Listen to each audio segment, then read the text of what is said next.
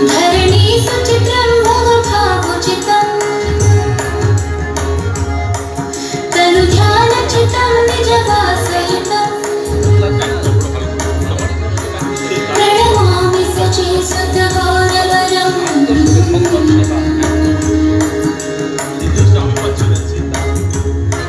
करुणं नयनं चरणं वसनं वदने स्खलितं स्वकणावधरम्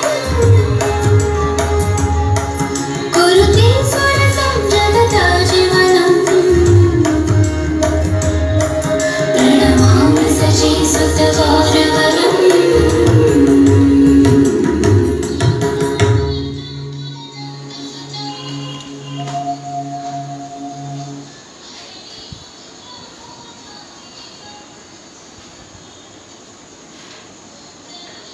Okay, guys, today we are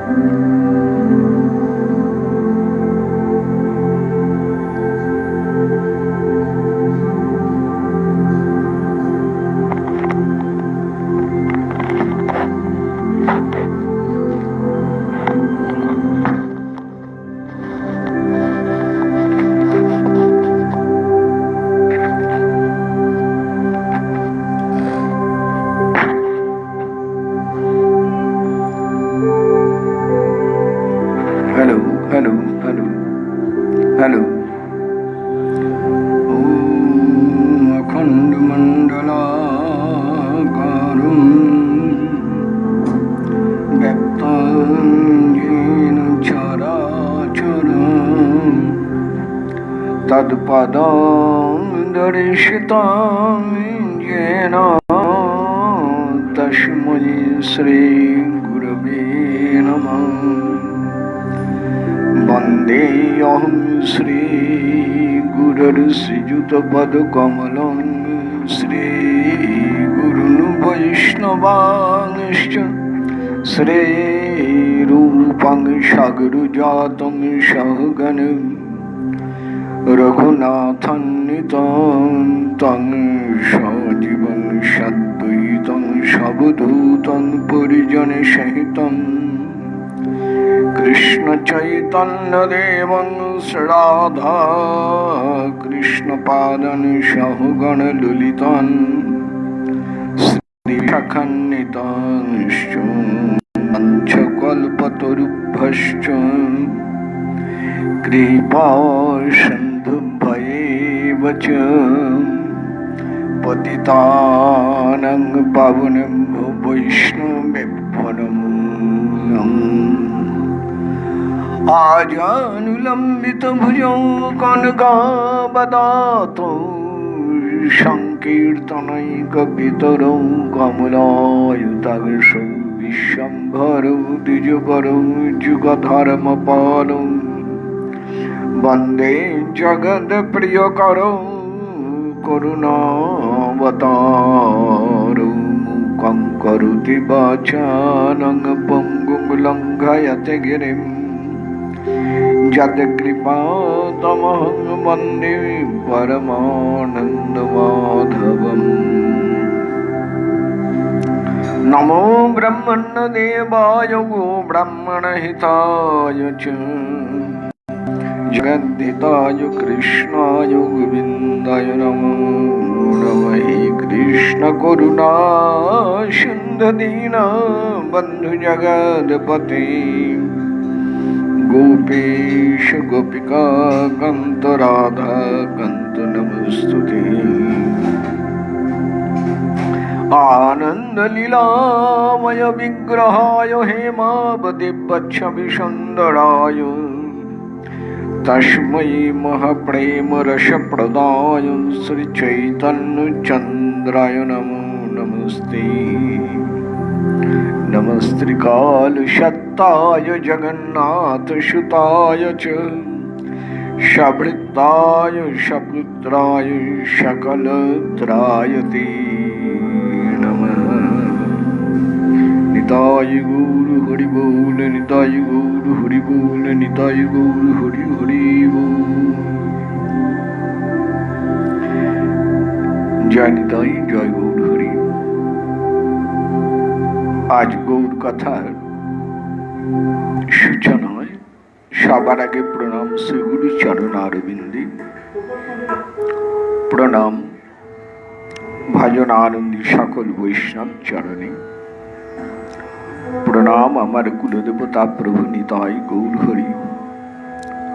Shri Radha Radha Vallabh Gopal ji भगवान नारायण वृंदा देवी ग्रंथ महाराज एवं मंदिरे सकल देवतागण सकल के प्रणाम। অনেক দিন আগে একবার আপনাদের শুনিয়েছিলাম একটি অপূর্ব স্তব।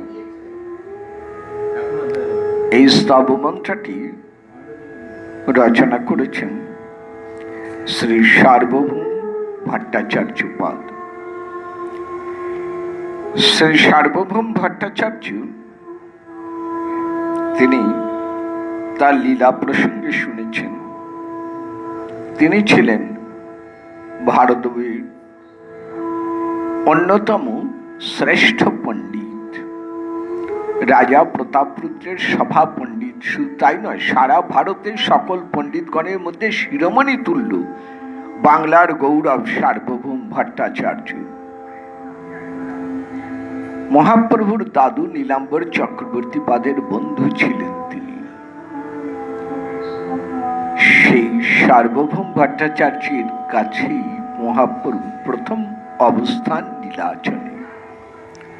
কিন্তু সার্বভৌম ছিলেন শঙ্করাচার্য প্রবর্তিত মায়াবাদ বেদান্তের অধ্যাপক এবং বিশ্বাসী। তার কাছে মহাপ্রভুর নাম সংকীর্তন, ভাব বিলাস কোনো গুরুত্বই নেই তার। তিনি ভাবুকতা বলে মনে করতেন এগুলো।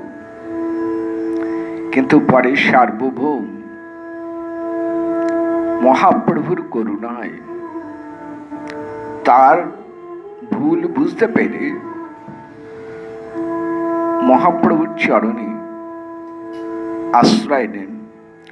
তার সমস্ত জ্ঞান, বিচার, বুদ্ধি, পাণ্ডিত্য সব বিসর্জন দিয়ে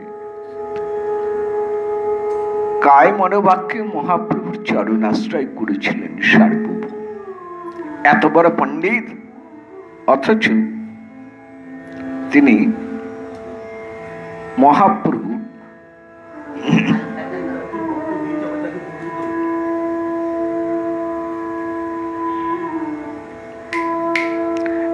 মহাপ্রভুর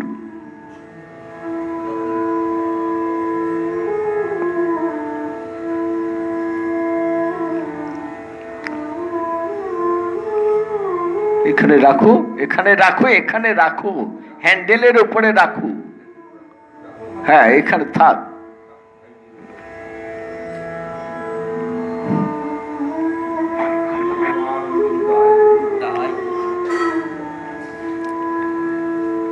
এক মিনিট, আমি শ্রী রাধা বল্লভের সেবা করে আসি, তারপরে বলছি।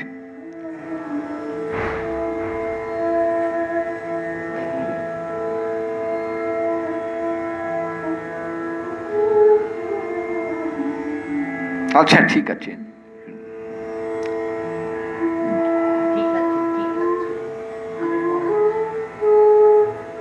দিয়েছ আগে, আগে সেবা দিয়েছ। তা সেই সার্বভৌম ভট্টাচার্য পাদ পরবর্তীকালে নিজেকে অত্যন্ত অপরাধী বলে মনে করেন, যে আমি অনেক অপরাধ করেছি,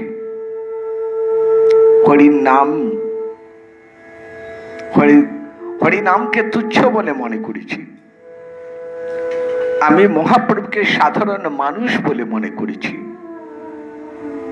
আমি ভক্তগণকে ভাবুক বা উন্মাদ পাগল বলে মনে করেছি, আমি মহাপ্রসাদকে বিশ্বাস করিনি। এইরকম কিছু কিছু তার ভেতরে আত্মগ্লানি দেখা যায়। সেই সার্বভৌম এই আত্মগ্লানি থেকে মুক্ত হবার জন্য প্রভু নিত্যানন্দের কাছে জিজ্ঞাসা করেন, প্রভু নিতাই চাঁদের আশ্রয় নেন তিনি। জগৎগুরু নিতাই তিনি বলেছিলেন, যত অপরাধ থাক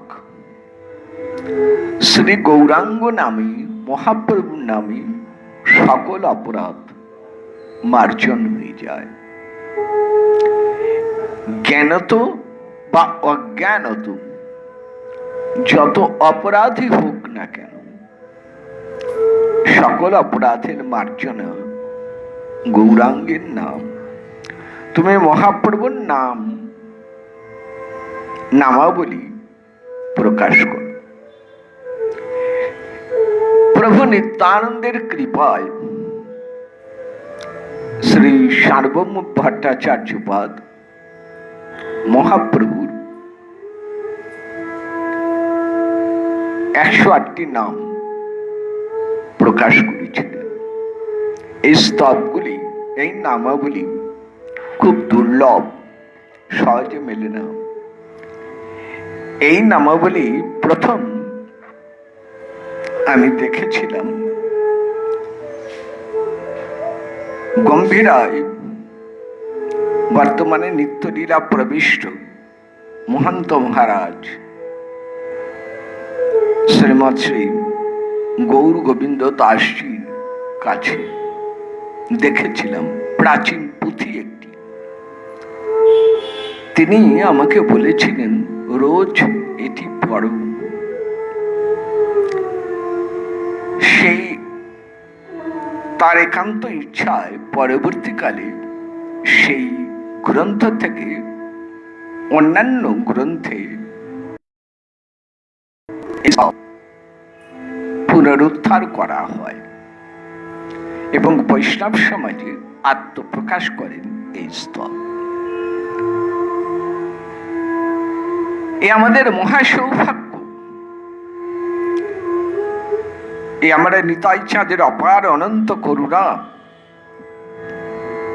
আবার বলি, যার যত প্রকার জ্ঞানিত বা অজ্ঞানত যত অপরাধ আছে, এই স্তব মন্ত্রটি পড়লে বা শুনলে তার সেই অপরাধ মার্জন হয়ে যায়। সেই স্তব মন্ত্রটি আজকে, এর আগে একবার শুনিয়েছিলাম, আজকে আবার সেই স্তব মন্ত্রটি পাঠ করছি, একটু মন দিয়ে শুনবেন। ওম শ্রী শ্রী গৌরচন্দ্রায় নমঃ। ওম নমস্কৃত্বা প্রবক্ষ্যামি দেবদেবং জগদ্গুরুং নাম্নামষ্টোত্তরশতং চৈতন্যস্য মহাত্মনঃ। বিশ্বম্ভরো জিতক্রোধ মায়া মানুষ বিগ্রহ অমায়ি মায়িনাং শ্রেষ্ঠো বরদেশু দ্বিজোত্তমম জগন্নাথ প্রিয়সুত पितृभक्तो महामना लक्ष्मीकान्तः शचिपुत्रः प्रेमदो भक्तवत्सलम् द्विजप्रियो द्विजवर वैष्णवो प्राणनायकः द्विजाति पूजक सन्त श्रीवास प्रिय ईश्वर तप्त कांचन गौरांग सिंहग्रीव महाभुज पीतवासा रक्तपट्ट शरभुज अथ चतुर्भुज द्विभुजाश्च गदापाणि चक्रे पद्मधर्वामलम् पञ्चजन्यधर शारङ्गी वेणुपाणि शूरोत्तमम् कमलाक्षेश्वर प्रेतो गोपीलीलाधर जुबम् नीलरत्नधर रूपहारी कौस्तुभभूषणम् श्रीवत्सलांछन भाष्यन्य मणिध्रे कंजलोचन तारंक नीलश्री रुद्रलीलाकारी गुरुप्रियम सनाम गुणभक्ता च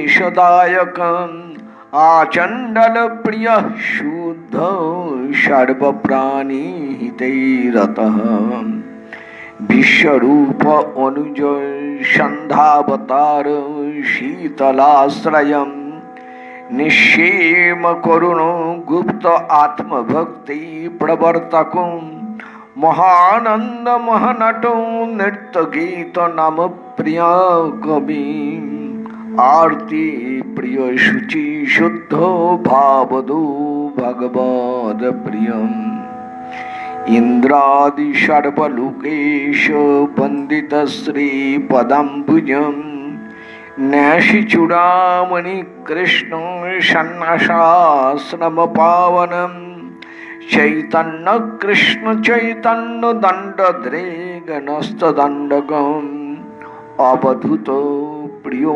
नित्यानंद शरभुज दर्शकम् मुकुंद सिद्धिदो दीनो वासुदेवामृतप्रदम् गदाधर आर्तिनाथ आर्तिहा शरणं प्रदम् अकिंचन प्रिय प्राणो गुणग्राही जितेन्द्रियम् आदौषधरसि सुमुखो मधुर प्रिय दर्शनम् प्रताप रुद्र संत्राता रामानंद प्रियो गुरु अनंत गुण संपन्न सर्वतीर्थैक पावनम् वैकुंठनाथ लोकेशं भक्ताभिमत रूपधृग नारायण महायोगी ज्ञान भक्ति प्रद प्रभु पीयूष वचन पृथ्वी पावन सत्वाक्षहम् उग्रदेश जनानंदी संदोहामृत रूपधि उग्रदेश जनानंदी संदोहामृत रूपधि ज पठेत प्रातरुत्थाय चैतन्यस्य महादमनम् श्रद्धया परयोपेत स्तोत्रम् सर्वाघनाशनम् प्रेम भक्ति हरौ तस्य जायते नात्र संशयम् असाध्य रोग युक्तोऽपि मुच्यते रोग संकटात् सर्व अपराध युक्तोऽपि अपराधाद् प्रमुच्यते फाल्गुनी पौर्णमास्यां तु चैतन्य जन्म वासरे श्रद्धया परया भक्ता महास्तोत्रं जपन पुरम् यं प्रकुरुते कामं तदेव चिराल्लभे अपुत्रो वैष्णवो पुत्रं लभते नात्र संशयम् अन्ते चैतन्यदेवस्य सतिर्भवति शाश्वती ॐ अन्ते चैतन्यदेवस्य सतिर्भवति शाश्वती জয় জয় শ্রী সার্বভৌম ভট্টাচার্য বিরচিত সর্বাপরাধ ভঞ্জনং শ্রী শ্রী গৌরাঙ্গ স্তোত্রামি সম্পূর্ণম। জয় নিতাই, জয় গৌরহরি। এতক্ষণ শুনলেন কলিযুগ পাবনবতার শ্রীমন মহাপ্রভুর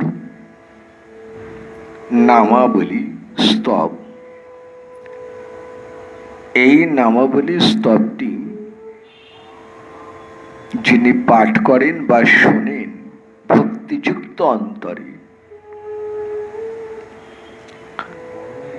তার জানিত বা অজানিত যত প্রকার অপরাধ, সমস্ত অপরাধ থেকে তিনি মুক্ত হয়ে যান।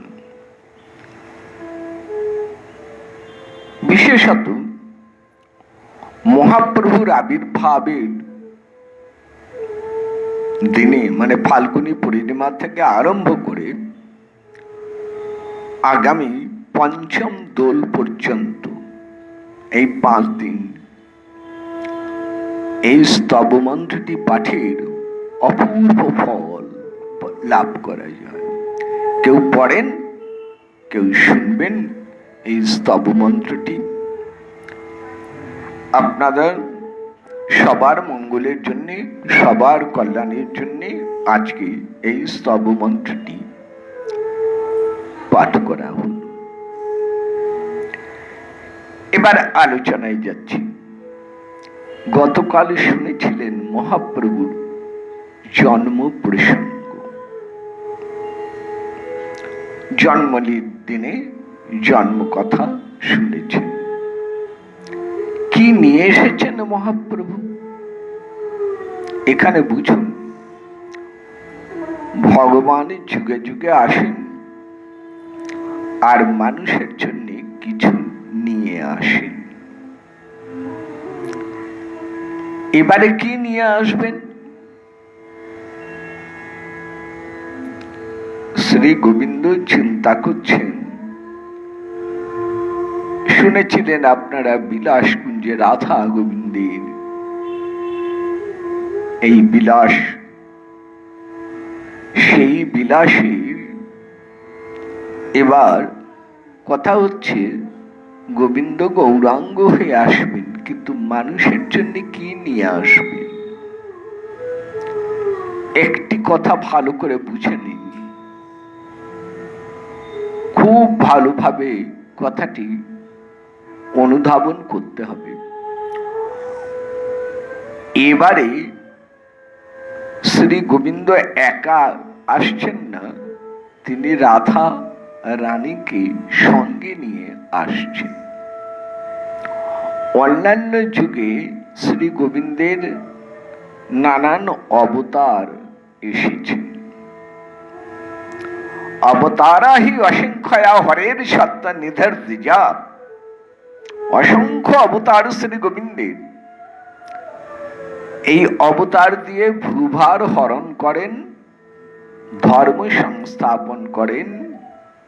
এই অবতার দিয়ে ধর্মের গ্লানি দূর করেন, সাধুদের পরিত্রাণ করেন, দুষ্টকে দমন করেন। কিন্তু স্বয়ং রাধারানীকে নিয়ে যখন আসছেন, কি নিয়ে যাবেন মানুষের জন্য? দায়িত্বটা রাধারানীর ওপরেই দেওয়া হলো। বিলাস কুঞ্জ যে রসলীলা 3 দিন আগে আপনাদের সঙ্গে আলোচনা করছিলাম, স্বপ্ন বিলাস, তার পরবর্তী অংশে শুনুন। খুব সুন্দর কথাগুলো আমাদের গোস্বামীগণ লিখেছেন, তবে এগুলো সবসময় বাইরে প্রকাশ্যে আলোচনা হয় না বলে সাধারণের কাছে এগুলো খুব দুর্লভ হয়ে আছে। শুনুন একটু। সেই ব্রজ বিলাস, সেই বিলাস কুঞ্জ বিরাট একটি সভা বসেছে। হ্যাঁ, কৃষ্ণলীলার 125 বছরের পর, সময়টাও বলে দিলাম, অর্থাৎ তখন দ্বারকা নেই। শ্রী গোবিন্দের ভারতব্যাপী আর কোনো লীলা নেই, তার আর কোনো কর্তব্য কর্ম নেই।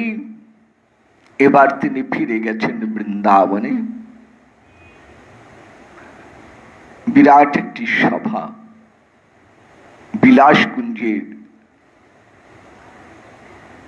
মণিকোঠার বাইরে। এরকম সভা বৃন্দাবনে আর কোনোদিন হয়নি, অতীতে হয়নি, আর সেদিন সভা হচ্ছে। এই সভার বিবরণ শ্রী বিশ্বনাথ চক্রবর্তী পাদ দিয়েছেন, অপূর্ব বর্ণনা। তার লেখনী থেকে শোনাচ্ছি আপনাদের।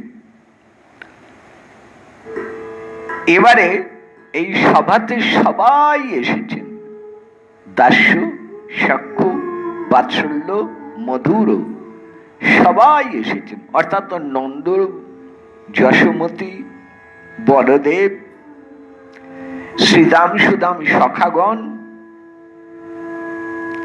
দ্বাদশ গোপাল যাদের বলে থাকি সেই সখাগণ, গোপীগণ,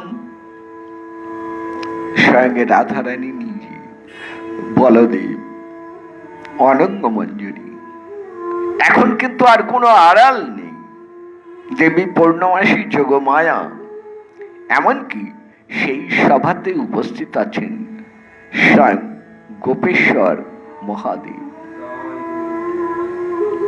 বিরাট সভা। শ্রী গোবিন্দ সবাইকে ডেকে এনেছেন আজকে এখানে। আজকে কোনো লজ্জা নেই, আজ কোনো আবরণ নেই, আজ কোনো ভেদ নেই, আজ কোনো রকম আড়াল দেয়া নেই। সবার মধ্যমণি হয়ে আমার রাধারানী এবং শ্রী গোবিন্দ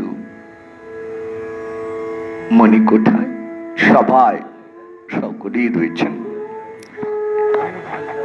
এবার সিদ্ধান্ত হচ্ছে শ্রী গোবিন্দ সবাইকে চক্ষুর আড়ালে চলে যাবে আমার বৃন্দাবনের সব কিছু, পশু পাখি, তৃণ গুল্ম লতা, মানুষ তো বটেই, ব্রজবাসীগণ তো বটেই, সব কিছু চোখের আড়ালে চলে যাবে। সাধারণ মানুষের চোখের আড়ালে চলে যাবে। কলিযুগ আরম্ভ হচ্ছে, অতএব দেবী পূর্ণমাসী সবকিছুর উপরে, গোটা বৃন্দাবনের উপরে একটা পর্দা টেনে দেবেন। এখন বৃন্দাবনকে সাধারণ মানুষ কি দেখবেন? একটি গ্রামের মতন, একটি নগরের মতন, ওই বাড়ি ঘর, পথ ঘাট,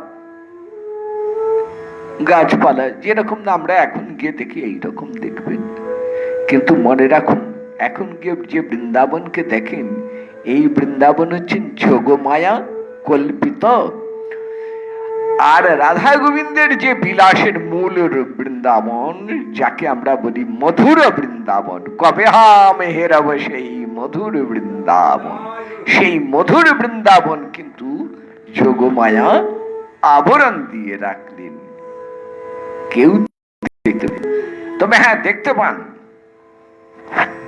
যার উপরে রাধারানীর কৃপা হয়, যার উপরে যোগমায়ার কৃপা হয়, সেই ভজনশীল সিদ্ধ মহাপুরুষের কাছে এই লীলাস্থল সব প্রকট হয়। লীলাস্থল গুলিকে আবরণ মুক্ত করছেন মহাপ্রভু নিত্যানন্দ প্রভু, শ্রীল মাধবেন্দ্র পুরীপাদ। লীলাস্থলকে প্রকাশ করছেন 6 গোসাই। এই 6 গোসাই যবে ব্রজে কইলেন বাস, রাধা কৃষ্ণ নিত্য লীলা করিলেন প্রকাশ। প্রকাশ মানেটা কি? আমরা তো গাই, কিন্তু একটু ভেবে দেখুন কথাগুলো কি আছে। যা আছে অথচ আমার সামনে দেখা যাচ্ছে না, সেইটিকে যখন সামনে এনে দাঁড় করায়, তার নাম হলো প্রকাশ। কাকে প্রকাশ বলে বুঝুন। যা চলছে, অথচ আমার সামনে, আমার এই চোখের সামনে আমি দেখতে পাচ্ছি না, আমার চোখের সামনে সেই লীলাকে যখন এনে দাঁড় করানো হচ্ছে, তখন তারে বলে প্রকাশ। সেই লীলাস্থল প্রকাশ। মহাপ্রভু প্রকাশ করলেন শ্রী রাধাকুণ্ডে শ্যামকুণ্ড। মাধবেন্দ্র পুরীপাদের কাছে প্রকাশ হলেন গোপাল শ্রীনাথজি। দেখুন, মদন মোহন প্রকাশ হলেন শ্রী সনাতন গোস্বামী পাদের কাছে।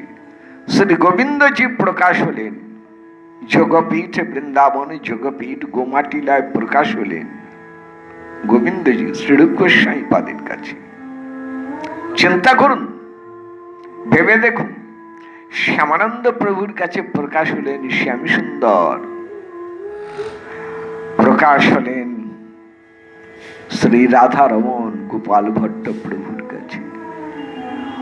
মা জাহ্নবীর কাছে প্রকাশ হলেন শ্রী রাধা গোপীনাথ, প্রকাশ হলেন শ্রী রাধা দামোদর শ্রীজীব গোস্বামী পাদের কাছে। প্রকাশ হলেন বিশ্বনাথ চক্রবর্তী পাদের কাছে শ্রী গোকুলানন্দ, প্রকাশ হলেন মথুরায় কেশবজি, প্রকাশ হলেন গোবর্ধনে হরিদেব, প্রকাশ হলেন মহাপ্রভুর দ্বারা নন্দগ্রামে কৃষ্ণ বলরাম দুই ভাই গোপীশ্বর নন্দেশ্বর মহাদেব।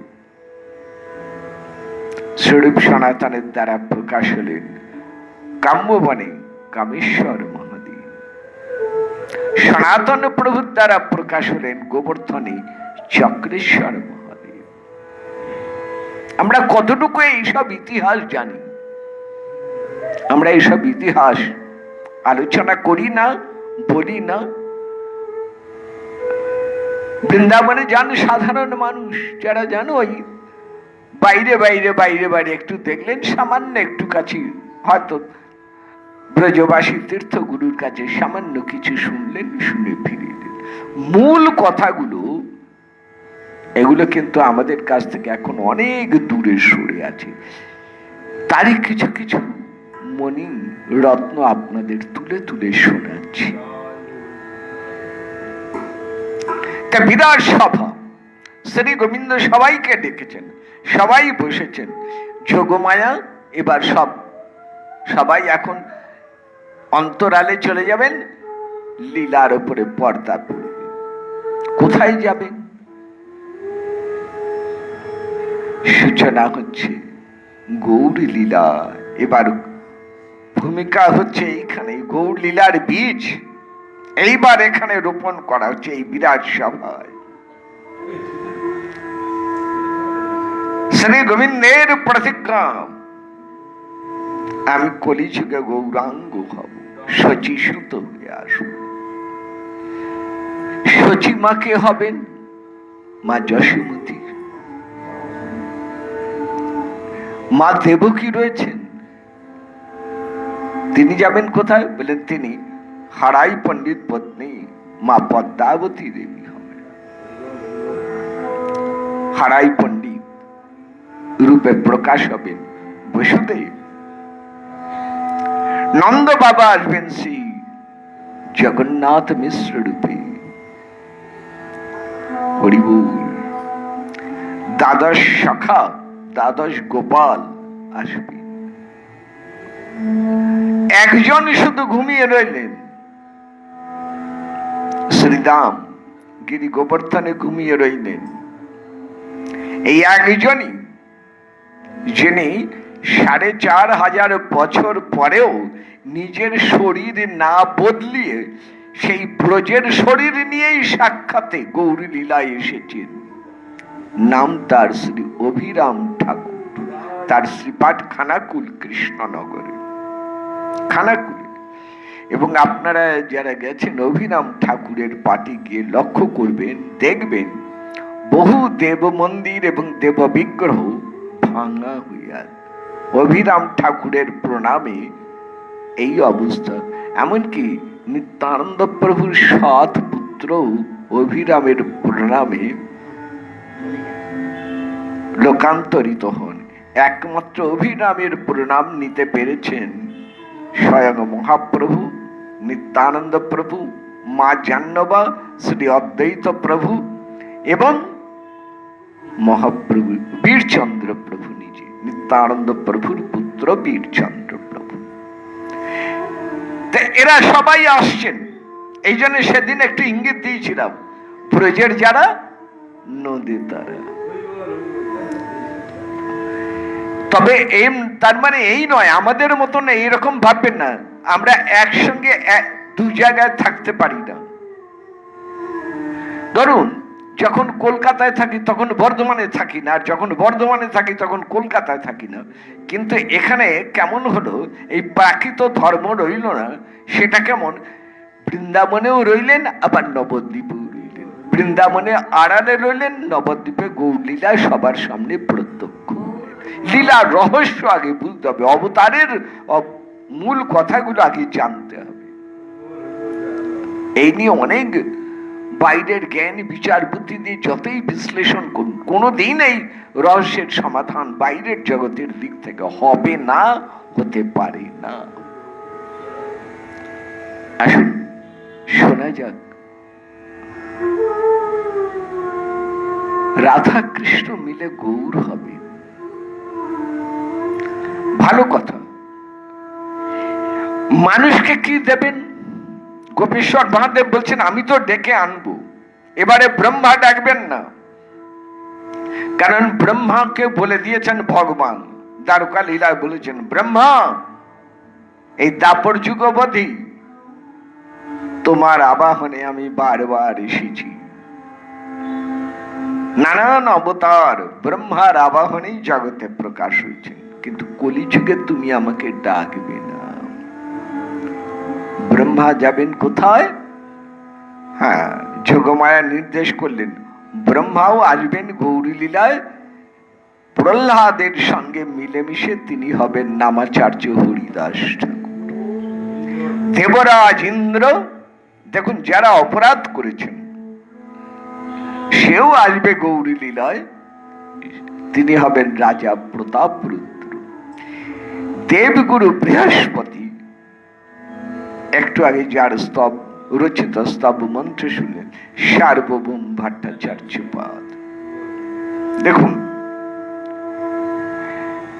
যে গ্রন্থে এই রহস্যগুলির উন্মোচন হচ্ছে সেই গ্রন্থের নাম হচ্ছে শ্রী শ্রী গৌর গণদেশ দীপিকা।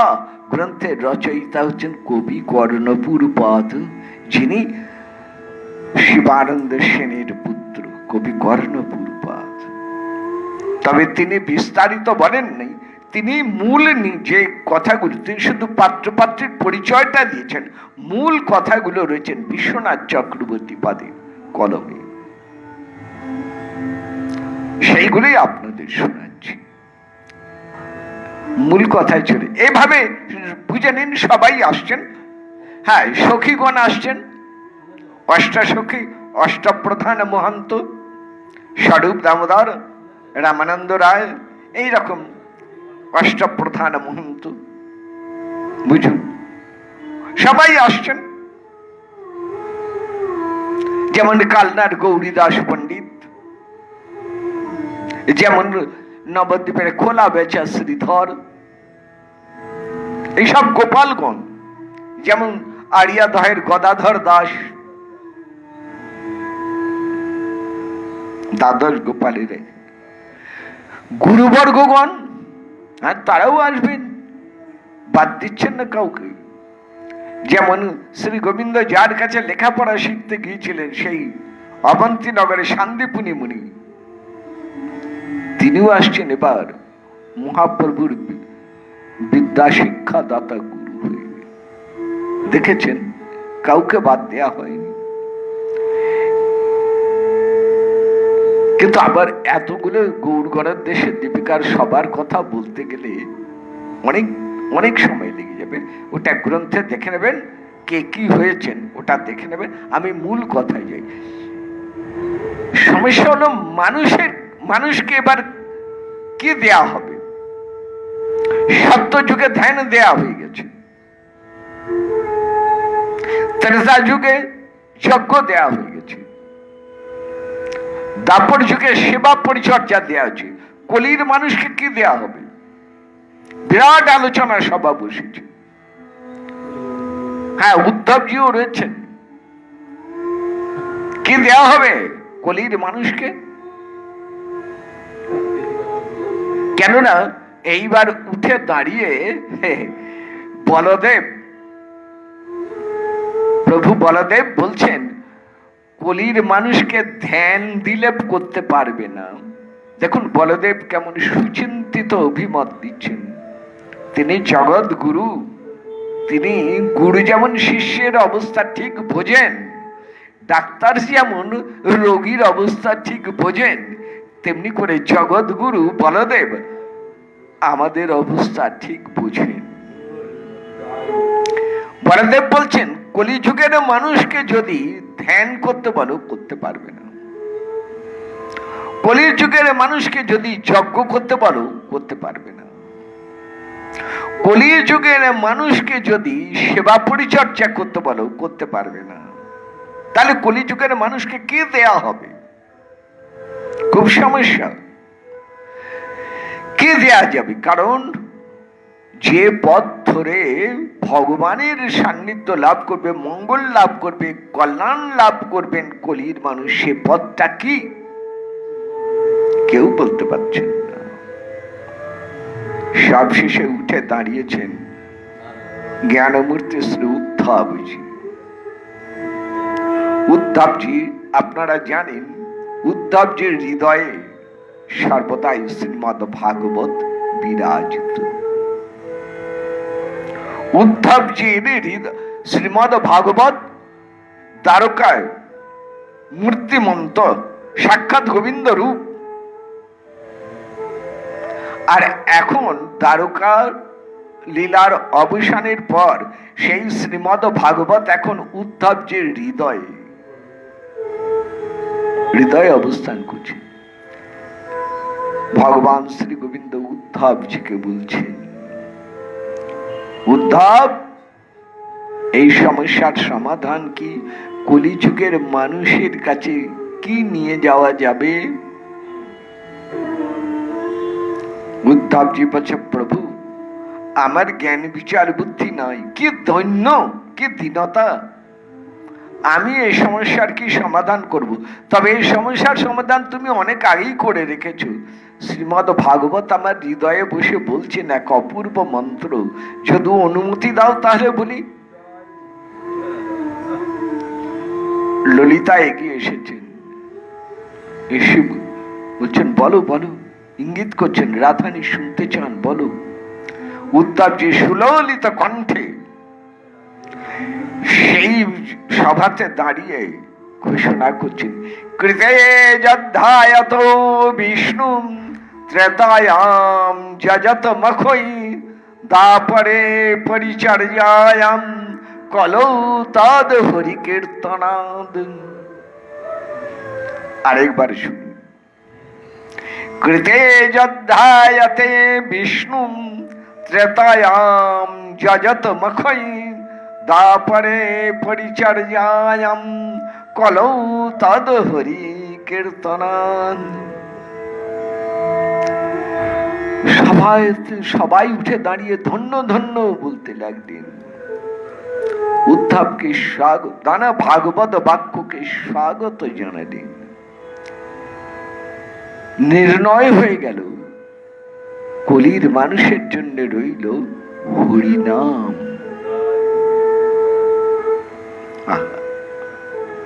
সকল কলুষতা হরণ করবেন এই হরিনাম, সকল পাপ তাপ থেকে মুক্ত করবেন তাই হরিনাম। হরণ করে নেবেন ক্লেশ, হরণ করে নেবেন সকল মলিনতা, তাই তাম হরিনাম। এই ধাতু থেকে হরি, যা হরণ করেন, মনোহরণ করেন, ক্লেশ হরণ করেন, দুর্গতি হরণ করেন, তাই তার নাম হরি। এই হরির নাম।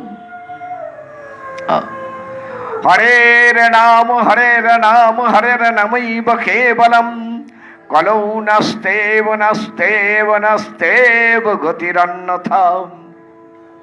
সেদিন এই সভাতে বিঘোষিত হলো এই অপূর্ব মন্ত্র। কলির মানুষের জন্য ধ্যান নয়, যজ্ঞ নয়, তপস্যা নয়, ব্রত নয়, একমাত্র হরিনাম। কিন্তু দেবেন কি? কে দেবেন এই নাম? শ্রী গোবিন্দ বলছেন আমার পক্ষে আমার নাম দেয়া শোভন হবে না। তাহলে কে দেবেন? অন্য কেউ?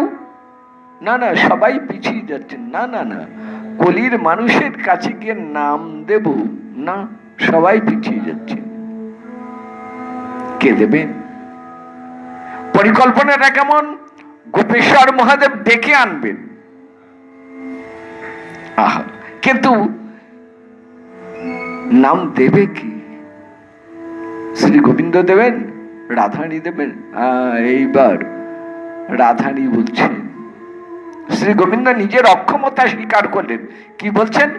মজার কথা বলছেন। বলছেন আমি গ্রহণ করতে পারি, আমি দাতা নই, আমি দিতে পারি না, আমি নেই, আমি দেই না।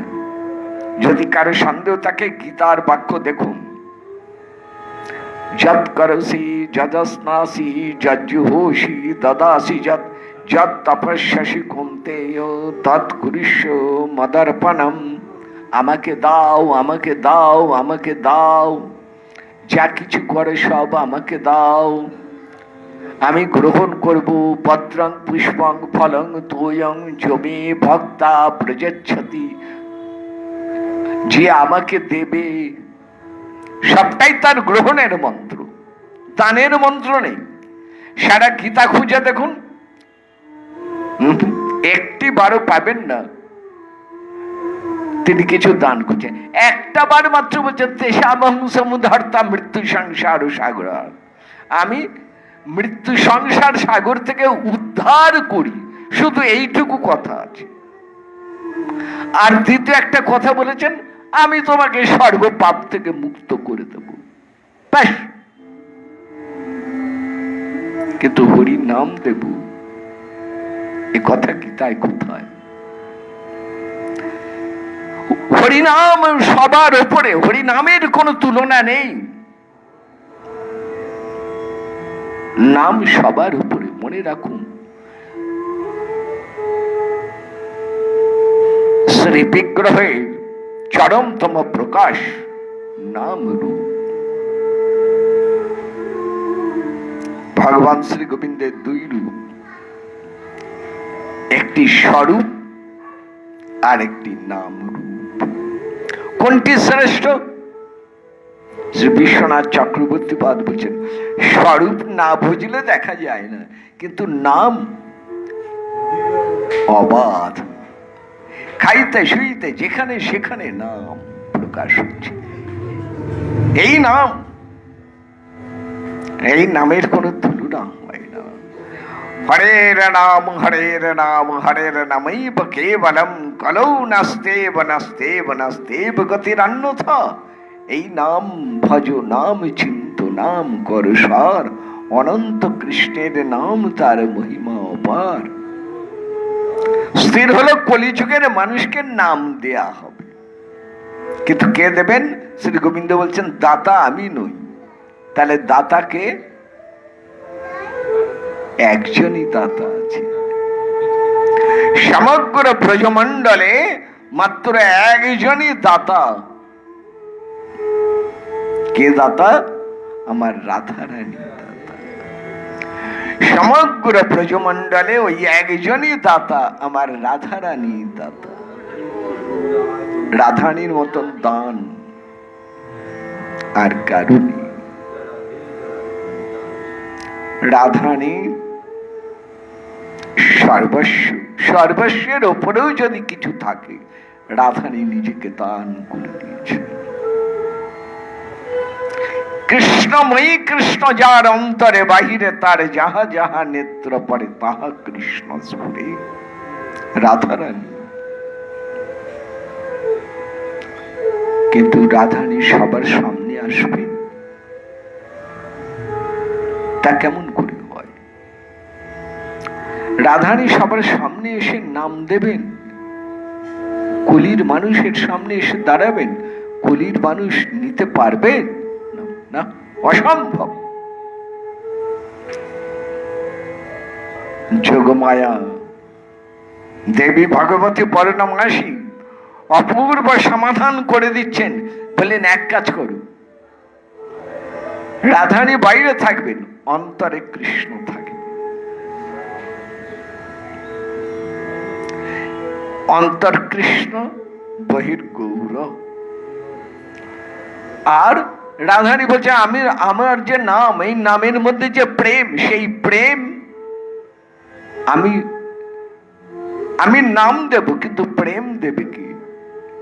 এইবার বলদেব উঠে দাঁড়িয়ে বলছেন, আমি প্রেম দান করি।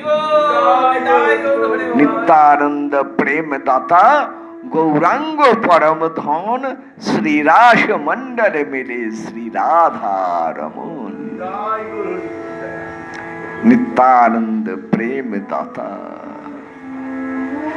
ব্রজেন্দ্র নন্দন যেই শশিসুত হইলা, সেই বলরাম হইলা নিতাই। দিনহীন যত ছিল হরি নামে উদ্ধারিল, তার সাক্ষী জগাই মাথায়। বুঝুন আজ কোন লীলা শুনলেন, কোন বিলাসীর কথা আজকে শোনালাম। এটা ধরে রাখবেন, মনে রাখবেন, গৌর লীলার পরিকল্পনা করা হয়ে গেল। সেই ব্রজ বিলাস কুঞ্জের মধ্যে স্থির হয়ে গেল, রাধা কৃষ্ণ মিলেমিশে গৌর হবেন, বলদেব অনঙ্গ মঞ্জরীর সঙ্গে মিলেমিশে নিতাই হবেন। ওদিকে আসবেন রাধারানী সেবার লালসা নিয়ে আসবেন। গদাধর প্রভু দেবঋষি নারদ এসে বলছেন, প্রভু এমন মধুর হরিনাম সংকীর্তন কোথেকে আরম্ভ হবে? আমার অঙ্গন থেকে আরম্ভ। কোনো কালে ঘর করি নাই, সংসার করি নাই, তোমার কাছে একটি প্রার্থনা, এবারে তোমার আগে যাব, আগে গিয়ে একটা সংসার করব, একটা বাড়ি করব, আমার একটা অঙ্গন থাকবে। সেই অঙ্গনে আমার সোনার গৌর হরি হতে আমি এক পাশে দাঁড়ায় দেখব, নাম হবে শ্রীবাস পণ্ডিত। গোপেশ্বর মহাদেব মহাবিষ্ণুর সঙ্গে মিলিত হয়ে আসবেন শ্রী অদ্বৈত আচার্য রূপে। দেবী যোগমায়া পূর্ণমাসী হবেন তার সহধর্মিনী। আর আমাদের এই সীতা দেবী, তিনি হবেন সেই দেবী যোগমায়া পূর্ণমাসী মহালক্ষ্মীর এক অংশ, শ্রীদেবী নামে তার সেবায় থাকবে। কি অপূর্ব সংবাদ দেখুন। হ্যাঁ, আর দুজনের কথা এ প্রসঙ্গে বলে দেই, দুজন কেন, আরো চারজনের কথা বলি। যেমন এই ভক্তি শক্তি আসবেন, ধরণী দেবী আসবেন, পৃথিবী দেবী, তিনি গৌরলীলা আসবেন মহাপ্রভুর ঘরণী হয়ে, নাম হবে বিষ্ণুপ্রিয়া দেবী। বৃন্দাবনে যে লক্ষ্মী ভজন করেছেন, তাকে প্রতিরূপে চেয়েছেন, সেই লক্ষ্মী আসবেন লক্ষ্মী প্রিয়া নাম ধরে। কিছুদিনের জন্য মহাপ্রভুর সেবা পাবেন। আসুন আরো একটু শুনে যাই।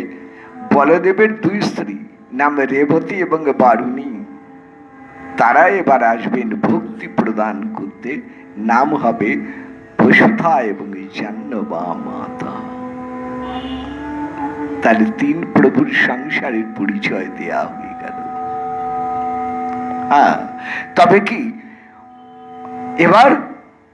এবার আরেকটি ঘটনা বলে দিচ্ছেন। পরবর্তী লীলা মহাপ্রভু হবেন সন্ন্যাসী, কিন্তু সেটা এখন বলা নয়, তারও একটা পরিকল্পনা হয়ে গেছে সেই দিন, সেই বিরাট সভাতে। সেটা আজকে বলার মতন সময় নেই, কারণ আজকের সময় প্রায় শেষ হয়ে আসছে। কাজেই সেই জন্যে আগামীকালের জন্য সে প্রসঙ্গ তোলা থাক। আপাতত নবদ্বীপ লীলার কথা আজকে হয়ে রইল, কালকে হবে তার নীলাচল বিলাসের পূর্ব কথা।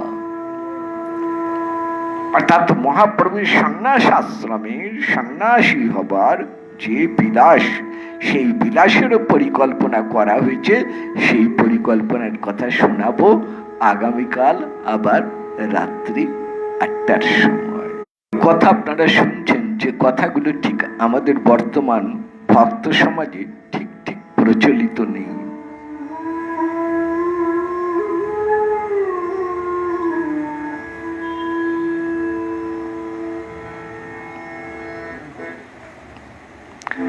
এমন অনেক কথা শুনছেন যে কথাগুলো ঠিক ঠিক আমাদের ভক্ত সমাজে এখনো প্রচলিত নেই। বহু সরে গেছে। গ্রন্থ গ্রন্থ নয়, গ্রন্থ গ্রন্থ নয়, গ্রন্থকে সাক্ষাৎ বলে মনে করবেন। যাই হোক, এই দুষ্প্রাপ্য, এই অন্ধকার যুগে তবু কিছু কিছু গ্রন্থ এখনো আমাদের ঘরে সংগৃহীত আছে। যে মণিরত্ন, পিতা প্রভুর ভান্ডার,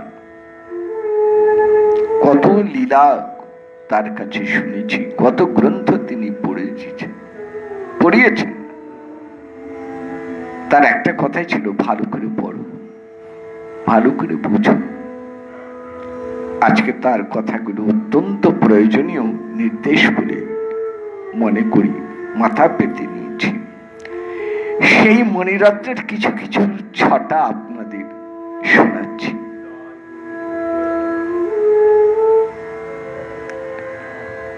কবিরাজ গোসাই পাদের অনুসরণে এইটুকুই বলতে পারি, শ্রদ্ধা করি শুনো সবে করিয়া বিশ্বাস।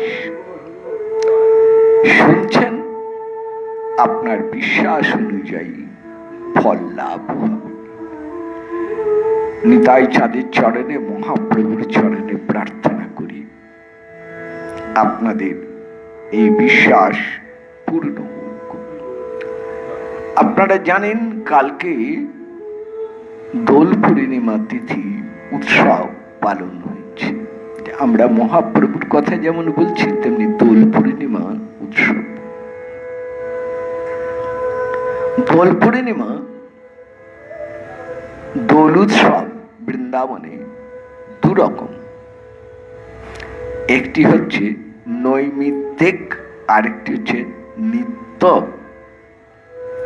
নিত্য মানে যে দোল রোজ হয়, আর নৈমিত্তিক হচ্ছে যেটা আমাদের এই গত বসন্ত পঞ্চমী থেকে আরম্ভ হয়েছে।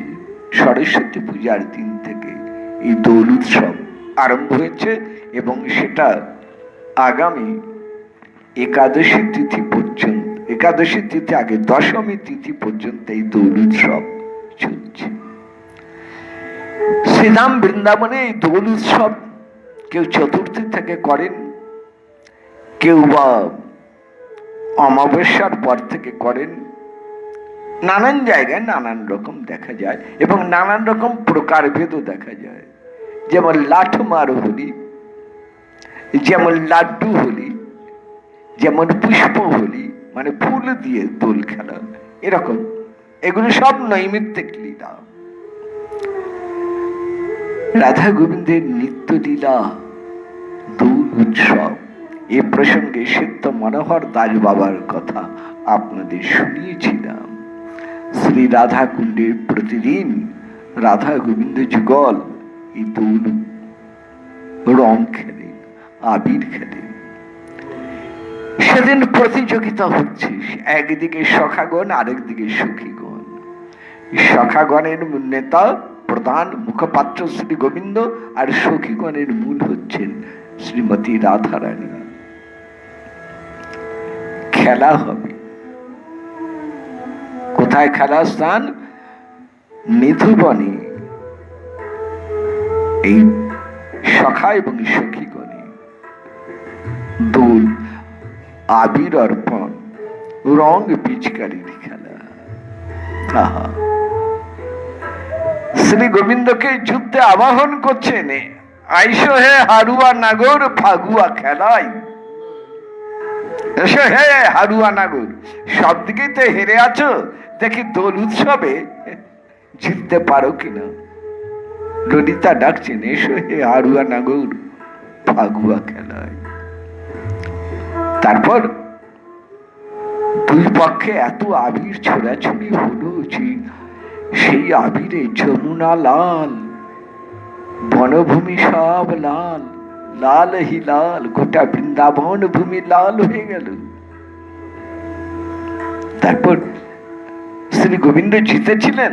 আগে না, খেলাতে হারিয়া শ্যাম পলাইতে চায়, চারিদিকে ব্রজবধূ পথ নাহি পায়।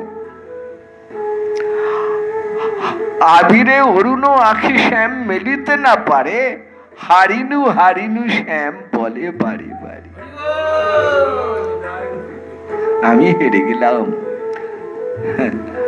আর গোপীগণ তখন তাকে লজ্জা দিয়ে বলছেন, ধিক্কার দিয়ে বলছেন, ছি ছি নাগর, তুমি হারলে? হ্যাঁ, আমাদের সঙ্গে আবির খেলায়, দোল খেলাতেও হেরে গেলে, এটাও পারলে না। এই তো আজ শ্যাম লাল গৌরী লাল, পিতা প্রভু চমৎকার করে গাইতেন এই গান। একটি কথা দেখুন, কত চমৎকার বর্ণনা করেছেন। বাবা গাইতেন, পিতা প্রভু গাইতেন, বললেন, রাঙা ফুলে রাঙা ভ্রমর রাঙা মধু খায়। রাঙা, আজ সবই রাঙা হয়ে গেছে, ফুলও রাঙা, ফুলের মধুও রাঙা, ভ্রমরও কালো ভ্রমর, সেও রাঙা হয়ে গেছে। রাঙা ফুলে রাঙা ভ্রমর রাঙা মধু খায়। সখীগণ বাজনা বাজান, আর সেই রঙের খেলায় মেতে উঠেছে যুগল কিশোর। এই দোল উৎসব, দোল উৎসবের দিনে, পূর্ণিমার দিনে আমার মহাপ্রভুর শুভ আবির্ভাব, জগৎ কৃতার্থ হলো এমন একটা দিন। কালকে শুনেছিলেন, এত জায়গা থাকতে মহাপ্রভু নবদ্বীপে কেন এলেন? খুব সুন্দর কথা বলেছিলেন, শুনেছেন আপনারা? হ্যাঁ, সারা পৃথিবী, তার মধ্যে শ্রেষ্ঠ স্থান ভারত ভূমি, তার মধ্যে শ্রেষ্ঠ স্থান আমাদের নবদ্বীপ ধাম, নববিধা ভক্তির ধাম। আর নবদ্বীপ ধামের প্রকৃত স্বরূপ হচ্ছে নবদ্বীপী বৃন্দাবন, বৃন্দাবনী নবদ্বীপ। এইটাই মনে করবেন, অভিন্ন ব্রজমণ্ডল। যাই হোক, আমরা সেই দোল উৎসবের প্রসঙ্গ আমরা একটু স্মরণ করে রাখলাম।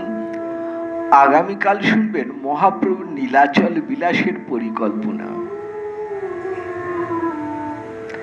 আজকে শুনলেন নবদ্বীপ বিলাসের পরিকল্পনা, কালকে শুনবেন নীলাচল বিলাসের পরিকল্পনা করা। হ্যাঁ, তাহলে আজকের সময় তো শেষ হয়ে গেল, আজ এই পর্যন্ত রইল। আগামীকাল আবার ঠিক 8টার সময়ে আপনাদের সঙ্গে বসে আস্বাদন করব। নিতাই গৌর হরি বল, নিতাই গৌর হরি বল, নিতাই গৌর হরি হরি বল।